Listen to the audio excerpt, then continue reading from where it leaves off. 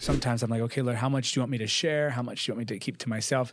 And then I don't want to imply in any way, and I think this is important to say too, that this has to be someone else's experience in order for them to be close to God, or that we're somehow special because we've had these encounters like this and they didn't. I like to say it like this. I had the encounter I needed to have. Right. That's what I needed. I mean, that's not to say that's what like when Jesus, with Thomas, he says, blessed are those who believe yet have not seen.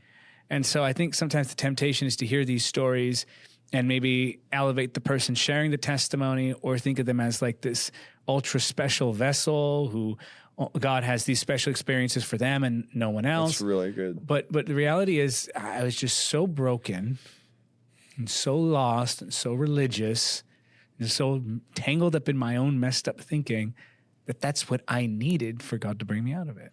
I do think it's important for people to expect encounters of some sort, Yes. though. Because I think you made a comment which was really great at the beginning of this. And I don't know if you meant to say it like this, but I took it as two different categories. And I think it's rightfully described. I would rightfully categorize it as two different things. Somebody who's so religious and not saved that they don't experience salvation, and somebody who's so religious yet saved but never experiencing the Holy Spirit. I think that's right on. And that's right on. And I would agree with that. I want to affirm what you said, that there should be this expectation of the supernatural. But I think, again, it comes back to that idea of balance, to where people become so desperate for supernatural encounters that they become tangled up in their thoughts and emotions, preventing themselves from having a supernatural encounter. Like when I'm praying for people at the altar, I used to do healing lines where I would go, if you need healing, come stand. Now the meetings are to the point where we're not able to, if we did a line, there's just no way to accommodate that. So we now have them, when they're healed, they come up and testify. But when I was doing healing lines, I would go down the prayer line, and as I would pray, I would notice different looks on the faces. And I found that more often than not, and this is actually something that was pointed out to me by a man of God, that you go down the prayer line, you'll see some who are just kind of lost in the worship.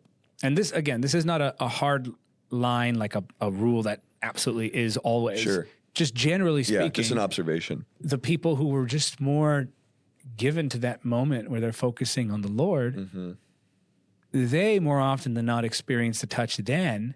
The people who are just tensed, please, please, please, because, or looking at you. I will usually, I know it sounds cruel, but if they're looking at me intently like I have something for them, I usually will skip over them until I come back around and they're just focused on the Lord. Wow. Because, you get all tangled up in yourself. You get all tense with emotions.